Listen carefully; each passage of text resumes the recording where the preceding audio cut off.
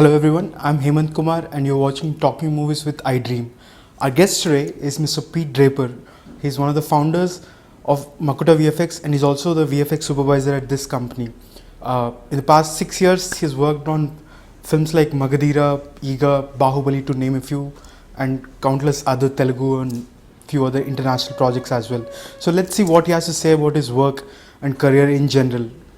Pete, thank you so much for joining us today. So first of all, congratulations. You've been a big part of Bahubali's VFX, and everybody has been talking about it. So how does it feel?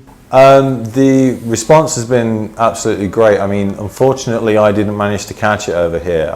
Because of my visa expired, I had to travel back to the UK. But I managed to catch it the day before opening at the theatre in Leicester. One theatre called the Piccadilly in Leicester, and they had a house full there, which the guy who ran the place was saying that they never have housefulls for Telugu features there, unfortunately, but this one was an exception. So if that was houseful, I can be only amazed what happened here. So the response has been, absolutely astounding. We've had so many people come to us and congratulating us and saying the waterfall's been great and the city's been great and so on. So response has been pretty good. So I'm hoping to see what the response is going to be on the second one now. You were one of the biggest vendors for this film. Like you worked on almost 50% of the around 50 plus, about 60 plus maybe. So the exact number I think was around about 1,500 shots plus we worked on. 1,500 plus shots. So what was the breakdown like? Like what are the big segments that you worked on? We were principally responsible for two main areas. One is the Makkhi itself, in and around, and the other elements were, I'll break that down. One was the city overviews, the city fly-throughs and so on, plus the set extension work from when we were in the city centre. So all the temples and all the exterior shots that we had. A large physical set that obviously was constructed at RFC and designed and built by Sabu. Brilliant job in that. We liaised with him so that our set extension work and their design and our design collaborated and joined together. So that all flowed through neatly. Then there was, the wide city element, so following the same design, going into that liaised with the director and also with Sabu as well. There was also the interior works, so the King's Court, what we lovingly call it, where Sirivennela meets the traitors and we introduce the two babies at the same time. That sequence was also constructed by us. We worked with the production. They passed us the original production designs for those. We elaborated on that. Some of it had to be redesigned because of we did one version, the director went, looks a little bit small. So we increased it about 3 times at the end of the day. So this original size that we had, that we shot on set, originally was just going to be double. So no. Then it went once or twice extra, just get the massive kind of grand scale to it. So we extrapolated a lot from the design work which was passed to us and built on that and enhanced it and so on and so on. Same deal with the city, obviously, as well, working closely with production designers that not necessarily within Makuta itself, within production and also third-party studios. We all kind of collaborated very neatly with it. But also the main principal one, even though the city itself was a large element of the story, a large element of the work that was produced, just sheer number of shots, was the waterfall and surrounding environments. That principally was the most technically challenging. We've done set extension work, so many times in the past, so we know it backwards. We have a workflow for it, and it's very neat. We've even invested in laser scanning technology, so therefore it's refining the process even more so. So the accuracy's there. We're down to like 0.2 of a millimeter accuracy. So the tracking's perfect, everything's locked, it's all great. So that we have nailed. Then we have something which is what's called computational fluid dynamics. When you're getting things like the waterfall, you're having to enhance certain areas of live shoots. So those elements around the waterfall, rivers, the streams, splashes, and so on and so on, that was the most technically challenging, purely because of the fact that a lot of shots had to be custom built for that shot. Every single shot was built independently for that one singular shot, either through matte paint or through simulation work. Obviously, the composite is, every single comp that we do is custom built. We have a flow, especially for the set extension work, but for the waterfall and the climbing ones, every single thing is custom driven, purely because of composition. Purely because also of the amount of and the type of assets that need to be incorporated within that particular shot. Like, can you give me an example for that? Sure. Let's take the Tarzan episode, what we call the Tarzan episode, when he's swinging through the foliage. So there's one shot, for example, where he's swinging through. His feet are interacting with the ground, so that his feet are interacting with the water, so they're scooting through. That's live element. But then we have additional CG elements, the entire environment, the foliage, the rays, the light is changing as we're progressing through the shots and so on. So that shot is staged and built for that one particular shot. How this log is sculpted across, what foliage is going on it, where the direction of the light rays are coming through, what the background's like, the fogging, any additional splashes and so on that we need to throw in. So that's custom driven for that one. Then we cut to the next shot where he swings up. That's a background that we've actually repurposed from the previous shot, I think. And then we go for the pole vault shot where he jumps over the branch.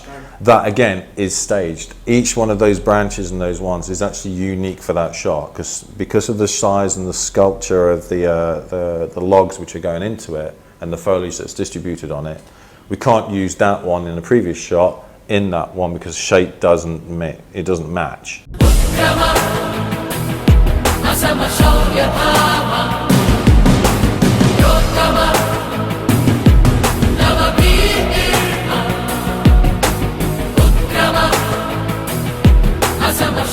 So each one has to be built and sculpted independently for every single shot, for every single branch, with all the foliage that goes on and relit and rendered and so on. So everything had to be redone for every single one of those.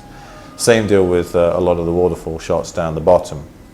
I think we managed to reuse a few simulations on a couple of shots just because angles were similar. So the shots where Sivagami's she's got the arrow, she's got the baby in the back, she's looking up. That shot and the one with the soldiers, which is a similar angle, that was repurposed. And I think there was also a shot that was later on in the sequence, later on in the feature, where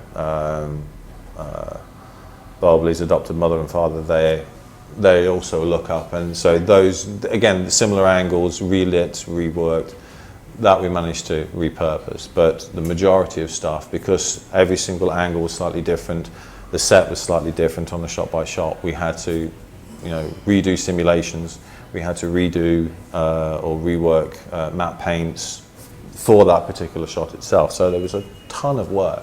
If you imagine a song, how many shots there are in a song, if you imagine every single shot being a new set being built for every single shot, that's how it was. That's how it was. But it worked in the end. It's a lot of work, but it did come out right. So when you say technical challenge, are you referring to the amount of time that you have to invest in creating that, or is it something else there? It's principally down to the complexity.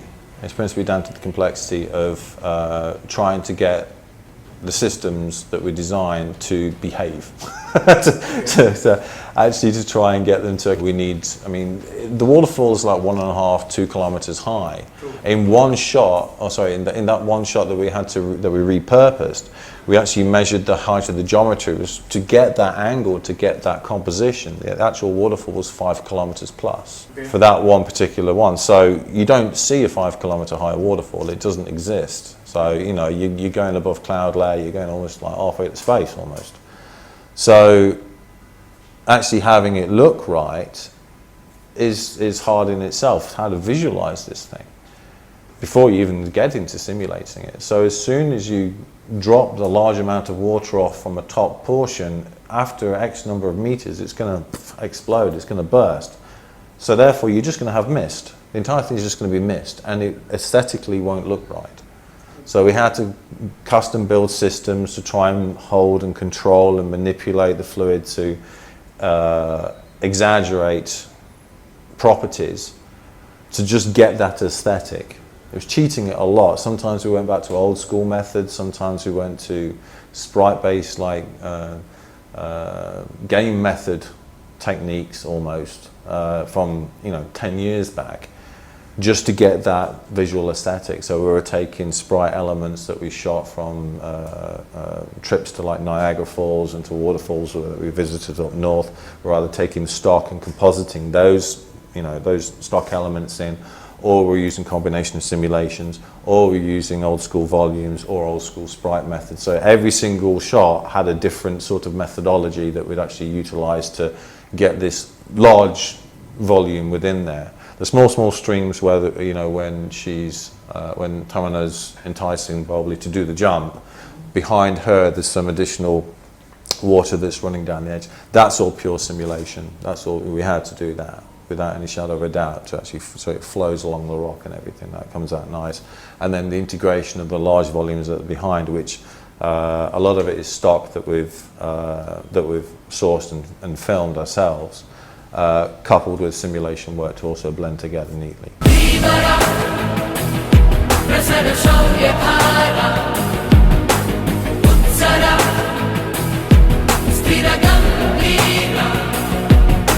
So each one had to be tackled dependent on framing, composition, camera, lighting, everything.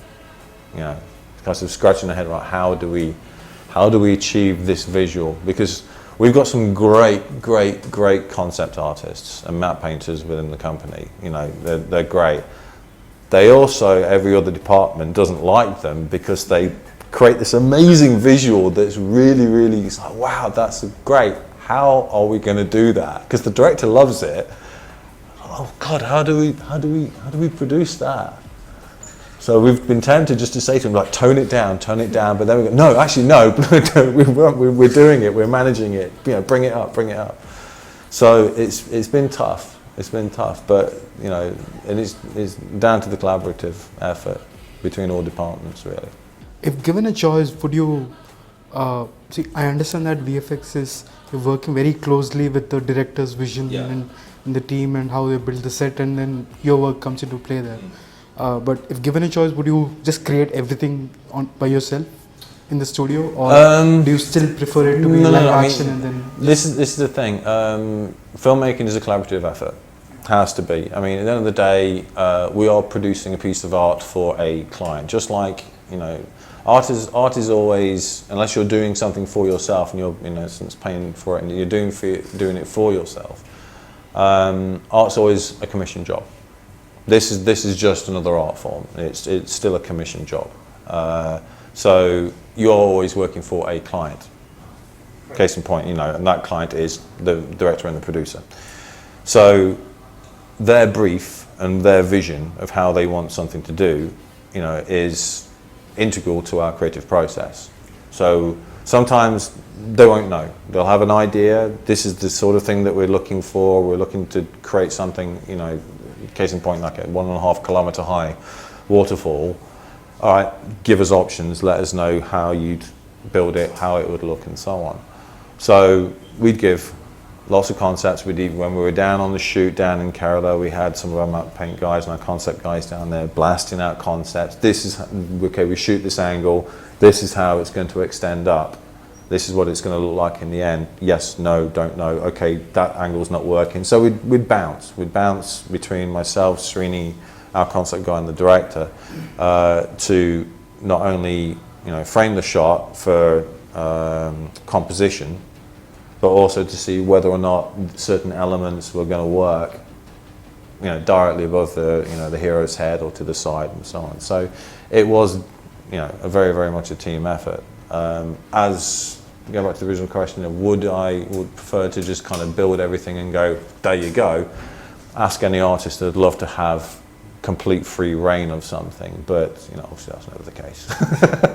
You work closely with Rajmouli, starting with Magadheera and then very extensively in Eega, and now again with Baahubali. So what are the discussions like when you two catch up for a project? What do we talk about? How many sleepless nights I'm going to get? Pretty much. Nah, it's normally okay. I mean, we've worked with him, like I say, for quite a few years now. So I like to think we are on the same page now. And a while back, after finishing this thing, we like to try and anticipate what he's going to go for. And every time he throws me a curveball, every single time. So I think we've got, okay, he's going to love this. We've busted our chops on this. This is going to look great. There you go. And he's like, yeah, can you kind of, damn. So it happens a lot. We try and anticipate it, and we get it right now. We get it right now compared to what it was previously. Especially with this guy. This guy went through so many design changes before we actually settled on that particular style. And I fought him so many times on this, and also during Magadheera development. There was crowd distribution and object distribution within the stadium we were working on. And as an effects artist, I think the first thing I think of is like, okay, I'm building this one big asset that's got everything in place, so you can literally just shoot it from all these different angles, and the continuity is going to work, and it's all going to gel together. It's going to be great. If you think of the filmmaking process, everything is constantly massaged. It's massaged for composition. So people come up and say, oh, it's a movie mistake that property here moved from here from one shot and back to here on the next shot. Why is that? Yeah, okay, continuity error, maybe so. Or maybe they've just gone from a separate angle and they've repositioned it for composition. And that's purely it. It's just purely for composition of the frame. So I'm building sequences, I'm building shots in Magadheera and also on these other films, and he's saying, right, shift that there, move that there, move that there. I'm like, why? It's there in the previous shot. It's like, composition's not working. Fill the frame, make it look good. And I fought him for weeks, absolutely weeks on it. And right, fine, okay, fine, I'll do it. And I did it, and he was right.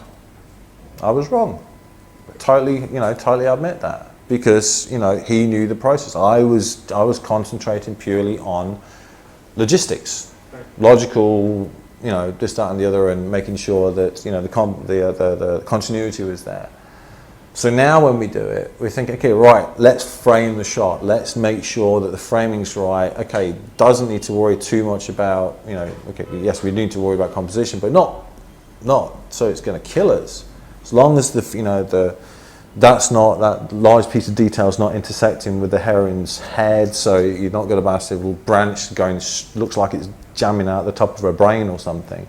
So we framed things neatly for her. If we can't shift her, then we'll shift the prop, just like you would do actually physically on set. If a prop's not working in that position, it gets moved, just as much as we do the same thing here. So every single one will get staged throughout the creative process to make sure that it is going right, and it's from working with him.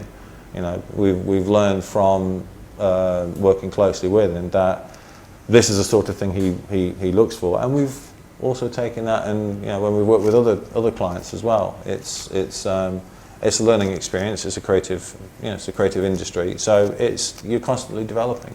You learn new skills, you learn new techniques, not only through art and technical methods that we use within the studio, but also within the filmmaking process.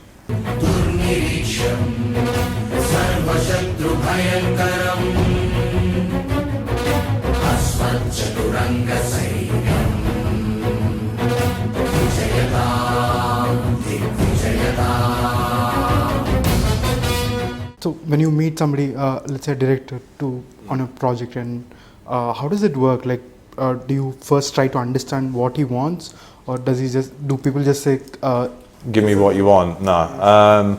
Always, again, because this is, like I said before, not only a collaborative effort, but also, like I say, throughout history, art has always been a paid gig. You're always working for somebody. So in essence, we've got to give the client what he wants, without any shadow of a doubt. That's the key thing. We've got to satisfy the client. The client is, like I say, 9 times out of 10, it's the director and the producer. That other 10% is obviously the audience. We work to that director's vision. We work to that, or that producer's vision, depending on who's got the creative control. So we will always initially sit down with them and say, right, what is it you need? What is it you want? Break down the shots, break down the story, and then bounce creative ideas. Then we work towards that, but also give creative input within there, because that's part of the creative discussion process. If they don't have any idea, sometimes we just get briefs which are, we don't know. Give me something like that. That's kind of cool. Give me something like that. That's the sort of, that's the homage to or inspiration therein. So give us something that looks like that and doesn't behave like that, but that's the sort of palette, that's the mood board that we're going for. Here's a selection of stuff that we like. Give us something that's like this, and we need to not only plan for it, but we need to shoot for it, and we need to do the post work for it. So the entire thing needs to work from the get-go, from the initial discussion. So we'll sit, we'll bounce, we'll design, we'll pass storyboards, we'll pass mood boards, we'll pass animatics. It's all a full creative process before we even go to shoot. And while on set, we'll do post-visualization and direct painting there on the spot as necessary. Case in point with Baahubali, when we were shooting the city centre, we had live real-time 3D updates, so the director could physically see the composition of the frame. Case in point, there's a shot where Rana's turned to the King's Palace and he's gesturing towards it. He's against complete blue screen at the time. He doesn't know where the heck it is. So we give him an eye line, and B, we have on a separate monitor on the spot. We have another cabin out the back which we call the visual effects pit of fun. It was, which has got all the systems in there that we update to frame up the exact shot that it wants to be. So we then do a quick recording of it so that the artist can see exactly what he's looking at and what's in background. That also helps the cinematographer to frame the shot. And when we dealt with Magadheera, they actually placed like large balloons on set so the DP could actually physically, okay, we know a tower's going to be up there, so we framed for that. For this one we didn't. Purely because of 2 reasons. Number one, the amount of up-down structures we'd have in this thing was off the scale. And the second thing is some of them were so tall, getting a balloon up that high would be a danger to airplanes, quite possibly, because we're right near the airport. So therefore it wouldn't be physically possible. So we went down the virtual route. So we had on-set live 3D representation mixing with the live footage. is this the first time that something like that has been done in Telugu? No. In Telugu at least? Possibly. I'm not familiar with it happening outside. If there is, then it has, but I was not aware of it. It's quite a common practice to do overseas. I mean, there's technologies out there now. We did like a bit of a Heath Robinson patch together. We would love to have complete real-time updates, tilt the camera, it moves up and so on. But a lot of it we were doing manual, we were measuring up by hand and then plugging the information into our laser scan. That was a total digital representation of the set, and then angling the camera, tweaking it, making sure that the composition's right, and then mixing it through to just cross-check, and yep, that's fine. We did it on a few sets, actually. We didn't just do it on the city centre, but we also did it on the King's Courts areas. That was principally for a couple of reasons. One, because we were limited by the physical size of the set itself. We only had it was about 190 metres that way. Yeah, in the core, in the actual physical set. And there were some shots that we needed to bang the camera right back, like extended like 2-3 times through the wall, and get that very wide angle from backside through pillars and the profile angle, or come into where the statues are and have them in suggestion. So getting a camera, physical camera up there, it's impossible to do because you're going to have to knock a hole through the studio wall, and Mr. Ramoji doesn't really like us doing that. So we had to digitally extend back, so therefore we had to work out the correct framing, the correct angle, composition, take our digital direct camera there, bang it forward. Okay, that's our XYZ location of where this needs to be. And then we've got the issues of perspective distortion because the lensing is going to change, so we have to adjust the lensing for that and shoot how many plates we needed to offset. So all that we calculated on set, on the spot, when the director's like, oh, it'd be nice to get a camera up there. I had to push that back and calculate it there on the spot, and then rush and give the notes, right, up there, shoot on that, this lens, and so on. And it worked. Yeah, bit of mental calculation, but yeah, it worked. I've interacted with quite a few cinematographers, and they always talk about getting that lighting right for the Indian skin tone, to highlight the features of anything. But as a visual effects supervisor, do you also take that a lot into consideration? Yeah, it's digital doubles, as one would call it, or digital makeup or facial replicas, or whatever you want to call it. So it's lighting is one thing. So it's obviously when one tends to block a shot, let's say someone blocks a shot with in a live shoot, they wouldn't necessarily use the principal talent, they'd use a stand-in. So the DP would light for the stand-in, then they bring the stand-in out, and then they get the principal talent in and shoot the scene and so on. Similar thing works for us, so we get a stand-in and shoot reference, and then on live we'd actually shoot lighting references to make sure the physical lights that you've got, say for example in here, would be physically measured and calculated so that whatever we replicate back in the studio is matching exactly what we've got here.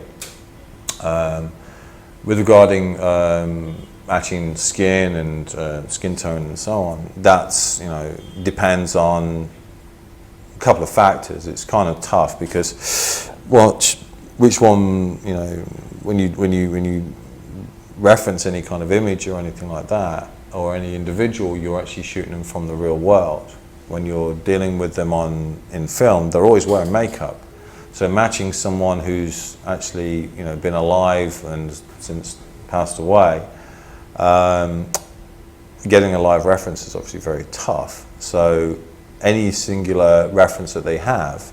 So whenever you're doing any kind of digital makeup work, you have to mimic the fact that makeup is being applied to the actor already, so everybody's familiar with seeing him or her with makeup on already. So you have to, not only build the skin texture and build the skin tone, but you also have to add digital makeup on them to make it look real as such, which is kind of tough to do. So all the little small nuances and small irregularities in someone, little twitches, little tweaks, little kind of pop marks on the face, and if they've got a scar, I've got one here, kind of thing, adding those sorts of things where the moles are, and that kind of, it's the irregularities. If it's too perfect, then something doesn't seem right. And the thing is, especially with recognizable talent, the audience by default is an expert at CG. It's the same deal with like working with fluid work. It's like the waterfall stuff and the fire pits that we did within the night shots, and also within what we lovingly call the oven scene. What is that scene?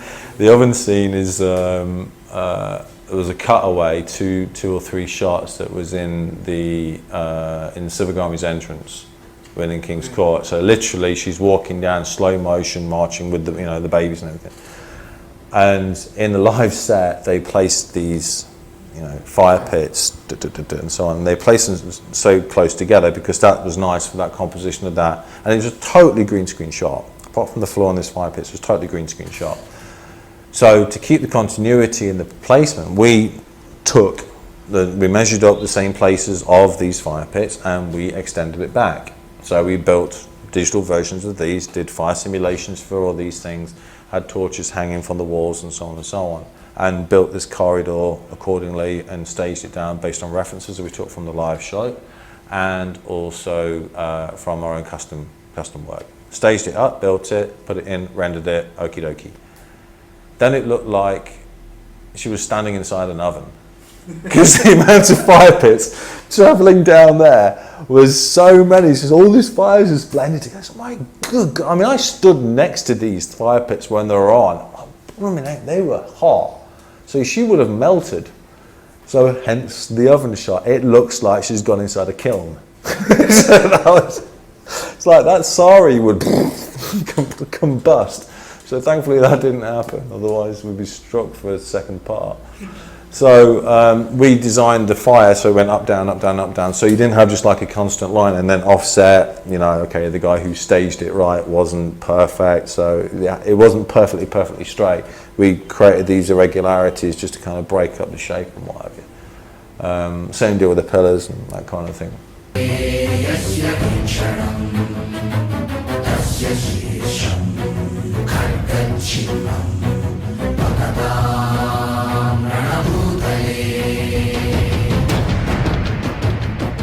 So creating that fire, okay, we have reference of the live, so therefore we know the size, the scale, the speed, you know, the strength, how much fuel is in there. So all that simulation we can do. Simulating things like fire nowadays is a lot easier than what it used to be back in the day. It used to be really, really tough. I was going to ask you that fire versus water, what very difficult? Fluids is more tough.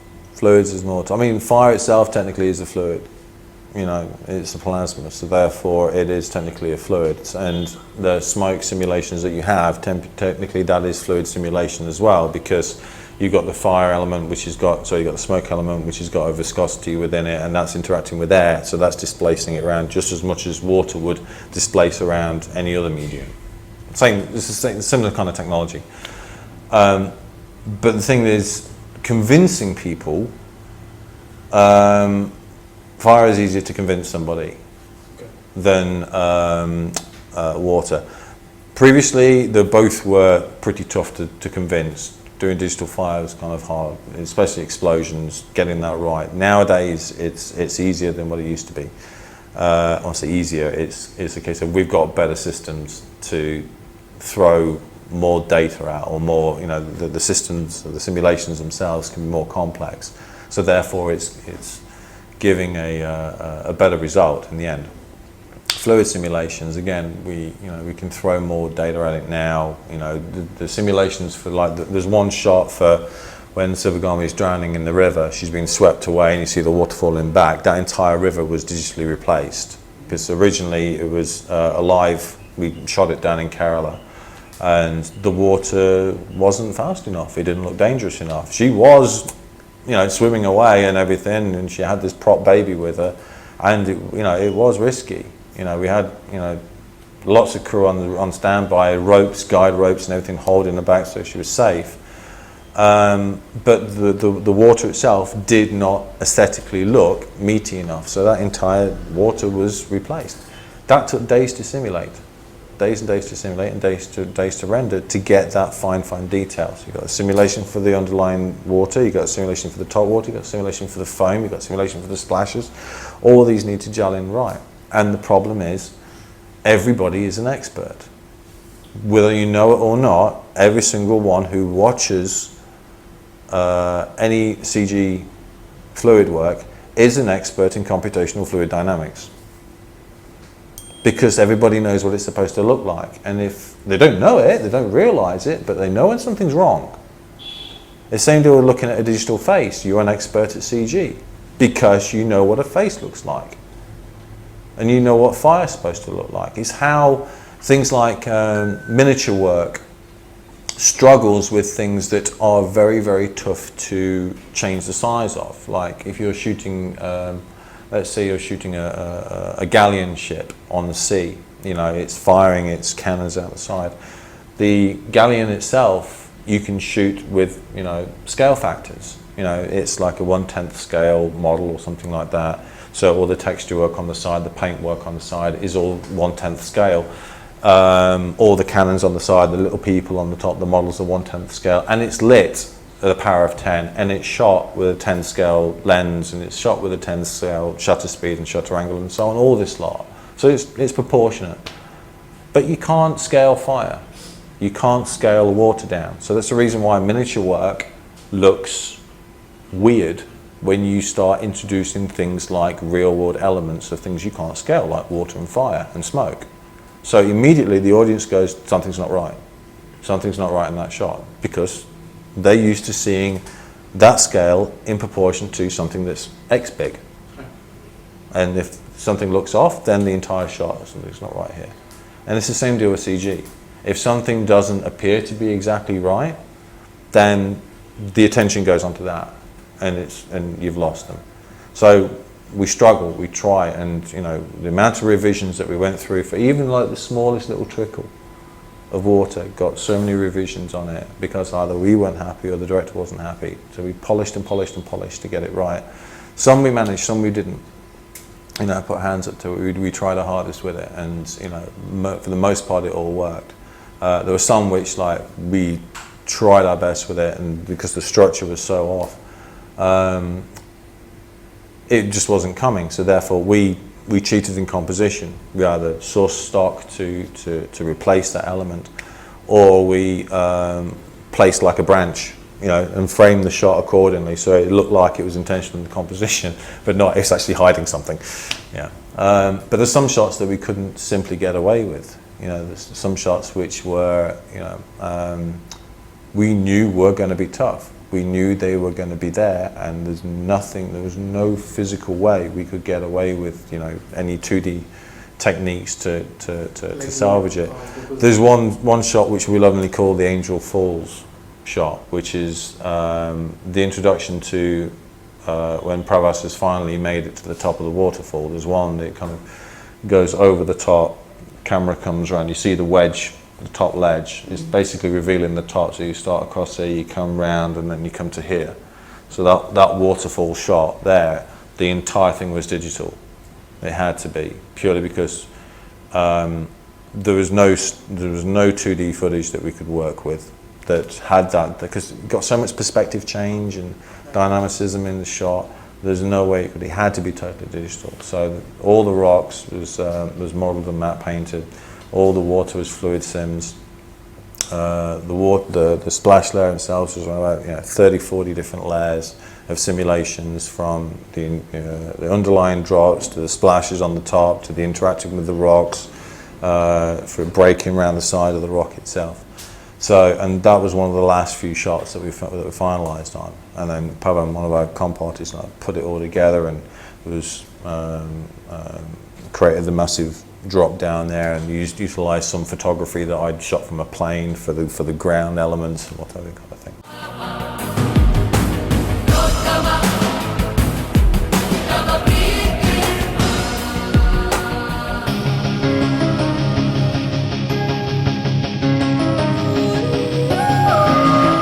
So that was one of the few that we definitely had to, work with simulation work on it. Same deal with some shots of the waterfall jump and the Tarzan episodes. Again, no way could anything be filmed in that respect. So therefore, it had to be totally 100% digital. Same deal with obviously the wide city shots. There were some shots which we amalgamated and enhanced from drone cam shots that we did on set, but then the director went, okay, I want the camera back here. I have to replace the entire shot digitally. So it's like, okay, fair enough. So sometimes things take you for a curve. Sometimes we can, you use the tools that you have available and the experience that you have, and brainstorming the hell out of it with everybody in the studio. So right, this, even if he comes up with something, the client comes up with something totally crazy, why? Not to the point of why, it's how. How can we achieve this? And it's not a case of, no, sorry, we can't do it. It's a case of, this is going to be tough. It's going to look cool. How can we do it? I mean, that Angel Falls one, like I say, we struggled on that for a very, very long time. Very, very long time. Months and months and months and months. You know, so many R&D tests, different ways of doing it. I sat on it. My stuff went off. You know, my stuff didn't work. A bunch of the other Houdini guys sat and blasted that out. And again, so many layers went into this thing. And you know, some of our senior comp guys put that together, and you know, so many people put their not necessarily 2p's worth in, but contributed to the development of it, and it came through in the end. There were some other shots in that entire sequence where we tried the same methodology, didn't work. Simply didn't work. So, what the heck are we doing? Okay, right. So thankfully we managed to source layers and footage, and again went back to old school methods to cut elements and stage those together, and even managed to pull this dynamic camera move out from the side, pulling out when he's swinging from the top, and that worked.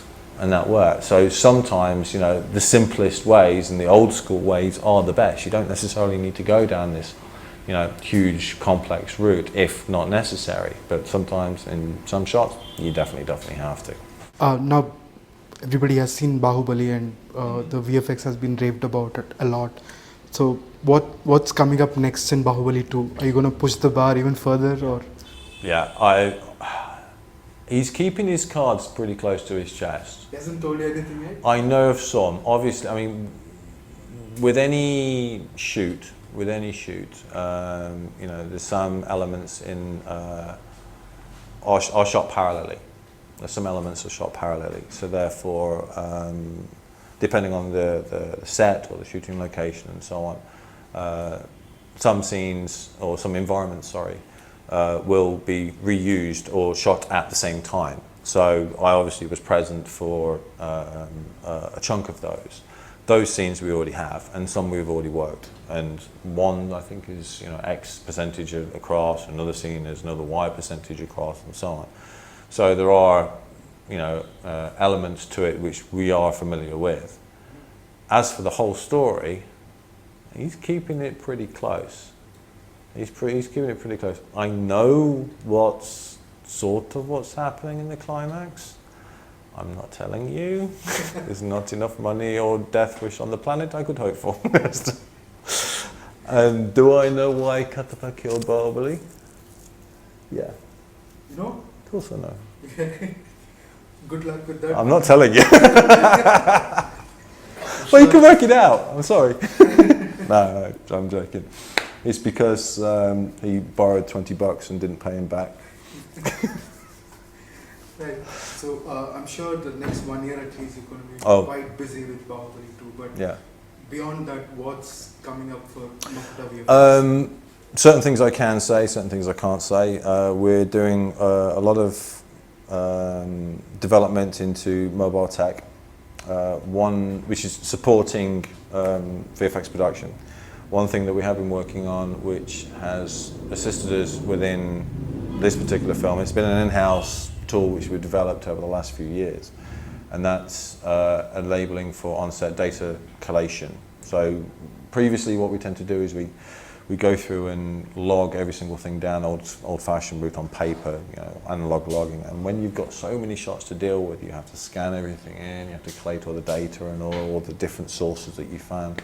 So we've built our own system and our own in-house database and in-house app within mobile devices to collate all that information together. So that we're looking to release in around about a month. So that's something we've been looking to do, and working, utilising this production and other productions to dry run it, test it. We've done it live on set. We've okay, yes, this version didn't work, this one works, this bit didn't work, and literally trying to break the thing so that if as or when we did release it to public, we knew it was perfect. It was a good job.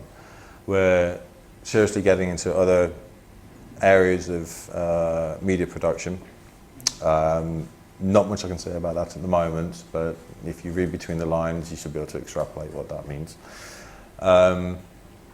We are expanding quite considerably for this next film, without any shadow of a doubt. I know the scope for this next one, you know, a fair amount of it, and it's big. It's really big, really big. And we're also looking to, without any shadow of a doubt, push the envelope as far as the, you know, quality of the work.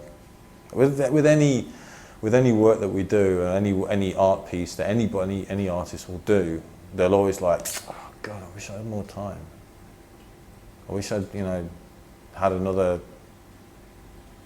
month or two on that, or another week, or another day, you know, just to do that one thing. So you're always very kind of self-critical of your own work, not necessarily of other people's, but mostly, especially of your own work. And the VFX industry is very, very, you know, open for that.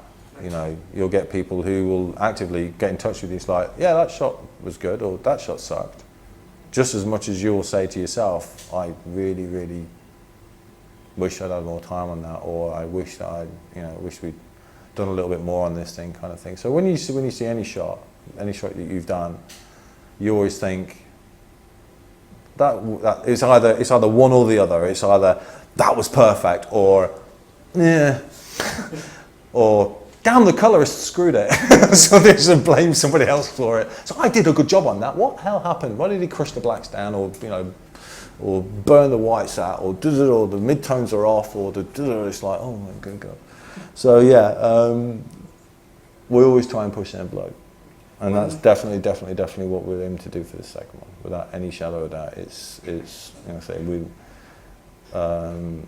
the few scenes that we already have on the plate that we've already, you know, been working on, they are visually, yeah.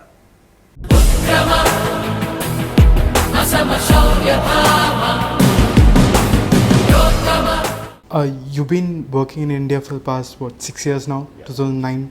So how did that happen? Like from UK, you... Long story short version. I'm really bad at that. Originally I did a sequence for Hindi Ghajini. That was the opening title sequence where it flies through the brain at the beginning. So I did that in the UK. My old business partner, Kamala Khan, just plucked me out of the blue. Just, you know, somehow managed to find me. I don't know how. I think it was because I had a medical animation on my show reel at the time when I was a freelancer, and he was working on that particular show. So he got in touch with me and asked me to do this, you know, this one particular sequence. So I busted my chops for about a couple of weeks or so and sent it across. Collapsed and got up the following day and saw the mail. It's like, yeah, it's not what we wanted. Like, what? Oh no. Okay. So I spoke to him for some time. It's like, it wasn't the kind of thing. So I was like, okay, fine, redo it. So I redid the thing, and that's the one that was used. So, you know, originally it was like one large environment. We were just swimming around it, a few neurons exploding, that kind of thing. It was all just within this brain environment, and he was right. It was laboured. It wasn't fast paced enough. So no, it was totally right on that. So we broke it down into individual sequences. So one flying through the neurons, then flying through the wires, and then flying through the cells, and all the way out to the brain itself at the end. So at the end of that, after I delivered that thing, I just casually had a discussion over Skype, and he said, oh, we've got this, I'm working on this one film at the moment, which is, turns out it was Magadheera. He said, well, I've got this one stadium episode, which is coming up. All right, historical piece, okay. I'm a little bit concerned about one studio, you know, it's a big job for them to do. They're currently doing it using this particular process. This is the workflow that they're doing, and that's not right. So what you need to do is you do this, and literally just give him like 2 pages of stuff to say, right, just pass to them, it'll come fine, don't worry about it. Day later, I get a mail back or a message back on Skype saying, yeah, can you come across? I'm like, yeah. No, serious. Huh? Okay, so I arranged to travel across on, I think it was Valentine's Day 2009, single at the time, and thought, oh, get away from all this love heart rubbish in the UK and get to Hyderabad airport, and it's just like love hearts all over the place. Okay, fine. Straight to RFC, had a nervous breakdown because I was completely on the other side of the planet, like complete fish out of water, really didn't like it when I first arrived. Just felt totally isolated from family, not because of the country or anything, but because I was just totally isolated. I'm on the other side of the world, my God, what the heck am I doing? Seriously, what the heck am I doing? But got into the work, met the director, struck a good rapport with him, met with Kamal, struck a very good rapport with him as well, so much so that we formed the studio, myself, Adil, who built the stadium within Magadheera, and the three of us struck a rapport, so Kamal suggested that we form the studio sometime later, and it was great. So finally I delivered the section that I needed to work on, which was supervising the rendering and the lighting setup for the stadium in the city. So QC'd a bunch of stuff down at Prasad VFX and with one or two other studios as well, working with Kamal. So much to the point where we were setting up a render farm in the hotel room at Green Park in Chennai with like 9-10 machines just blasting out. I'm sure their electricity bill must have gone up. So did that, and then came back to the UK. I thought, that's it, I'm done.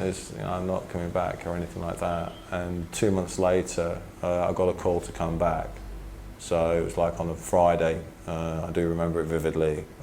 Me and one guy who works for us now, Badger, we'd had a couple of drinks on a Thursday night and hung over a Friday, sat at, I think, KFC or something in Middlesbrough in England, and Kamal phoned up. Oh, hello, how are you doing? And he's, we're having a chin wag. He's like, so yeah, can you come back? I'm like, yeah, right. He's like, no, seriously. I'm like, well, I'll check my calendar, nothing on at the moment. Okay, fine, so when do you need me back? He went, Monday.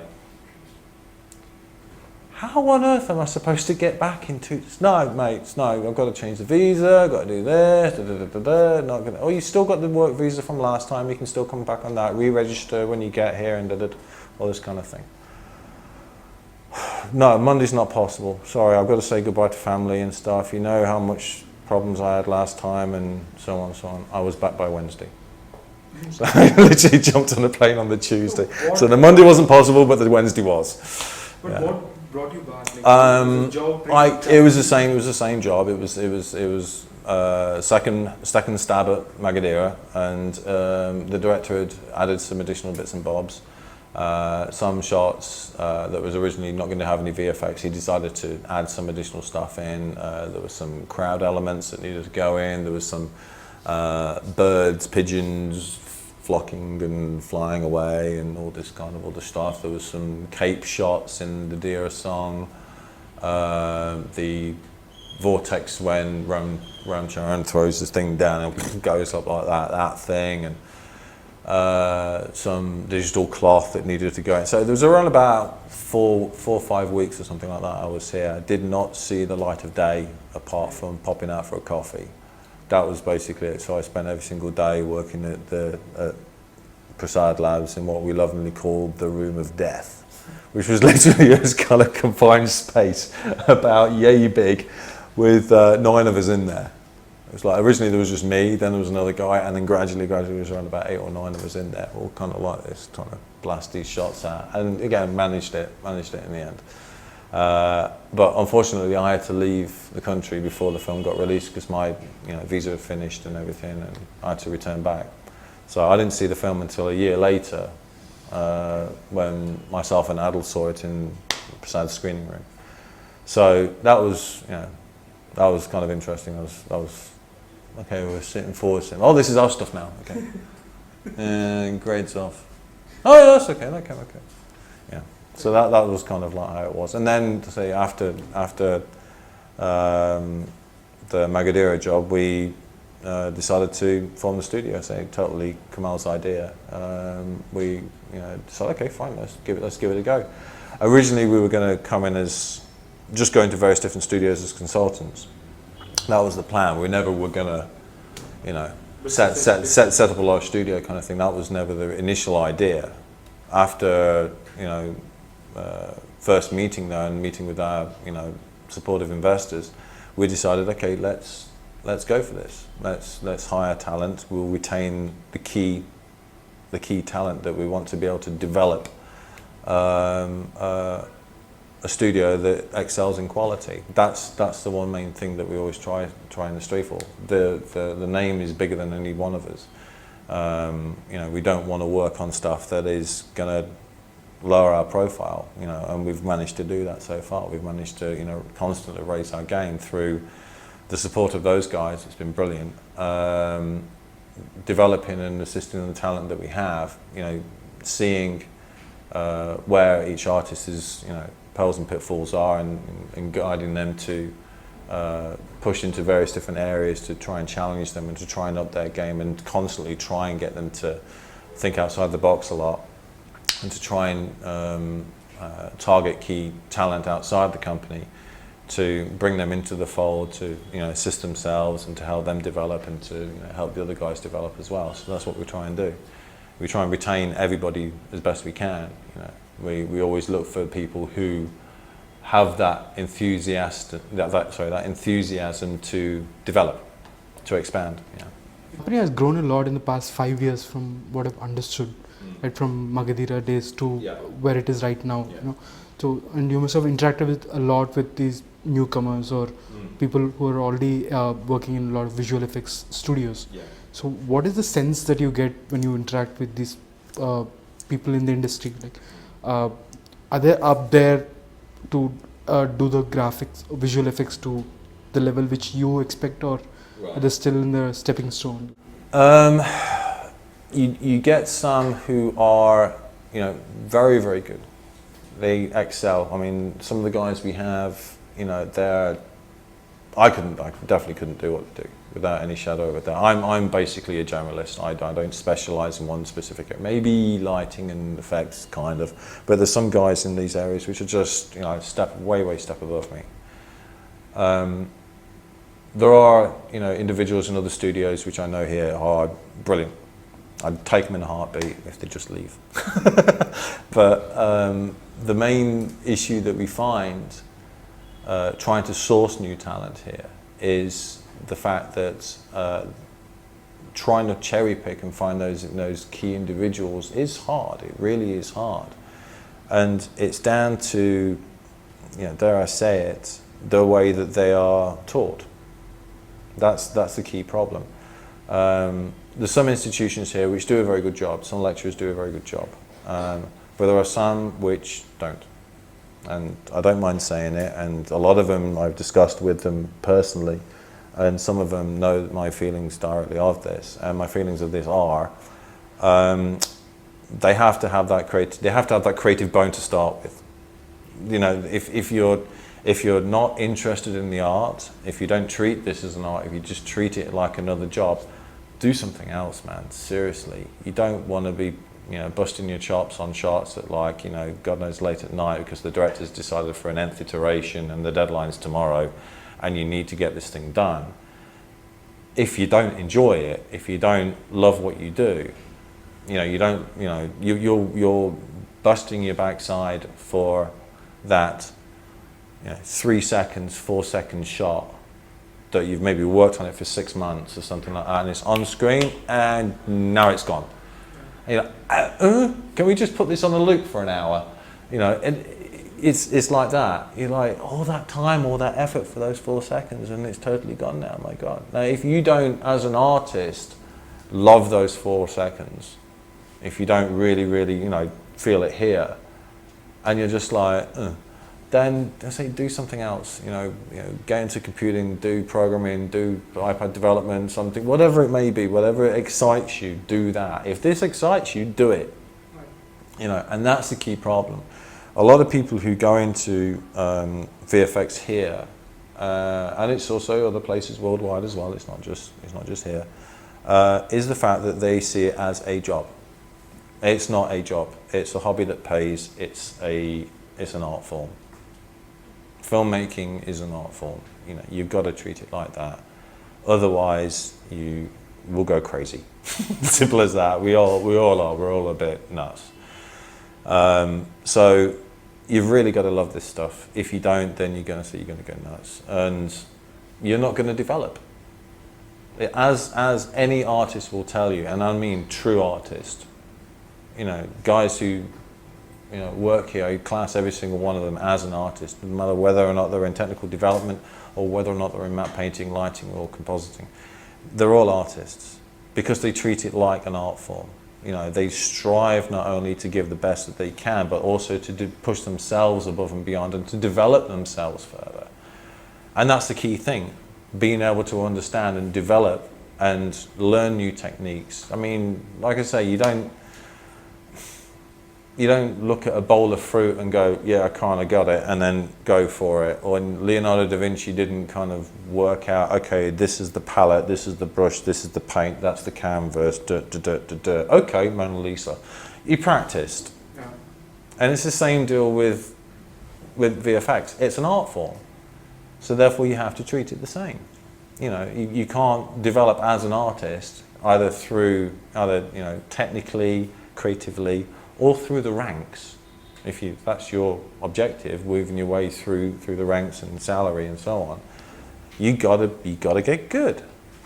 And by being creative and enjoying yourself in the process is the way to succeed. It's the way to develop. It's the way to move ahead and move forward in these things. You grew up in the UK and now you're working in Indian cinema. Yeah. So do you feel the necessity to understand the kind of films being made here, or when it comes to your work it doesn't make a difference because you're... Yeah, even some of the films that I've worked on here, we go and see them and like, huh? I don't get it. That's a little bit OTT, but I do understand it now. I mean, initially I was, what? Why is he saying that and doing that and that dialogue and this kind of thing, and why is he slapping him? Why is he sort of like, slapped him right in the face? He's your friend. Why are you slapping him? You know, if you do that in England, some other guy's going to slap you back like really flipping hard. So nowadays it's like, oh right, it's camaraderie, it's banter, it's that kind of thing. So I kind of get it. I kind of get it now. But initially I was, whoa. You're just talking about that you really didn't understand the films in the beginning and now you've gotten used to that. But when it comes to your work, how does it work? Because you're breaking down everything into images and programming and all. The process itself is pretty standard for over here compared to, it's pretty much the same over here as what we would do for someone over in the West nowadays. It's pretty much come into its own now in the last, I think, maybe 3 years or so. Prior to that, there was not many people or not many directors or producers who would understand the effects process. But I mean, even now, still, there are some old school, directors and producers and guys who've been around for quite a while, who are familiar with, who are been in the game for quite some time, who are used to, I won't call it the old way of working. I'd call it the, tried and tested, formulaic way of doing it. Shoot the thing, cut for about a couple of months, get the thing out, assembly line sort of stuff. Unfortunately, post-production nowadays doesn't work like that. For the quality and for the aesthetics to be there, time is required. So therefore, the post-production facility needs to have adequate time to do the art. So time and quality needs to be there. So therefore, a lot of people don't tend to see that. So when we meet a new director or meet a new producer, we always advise, schedule the key technically problematic scenes as early as physically possible. So therefore, one studio has as much time as physically possible after the end of the shoot. Before the release, so we can actually work on it for as long as we can, based on time, quality, and also the money that's available.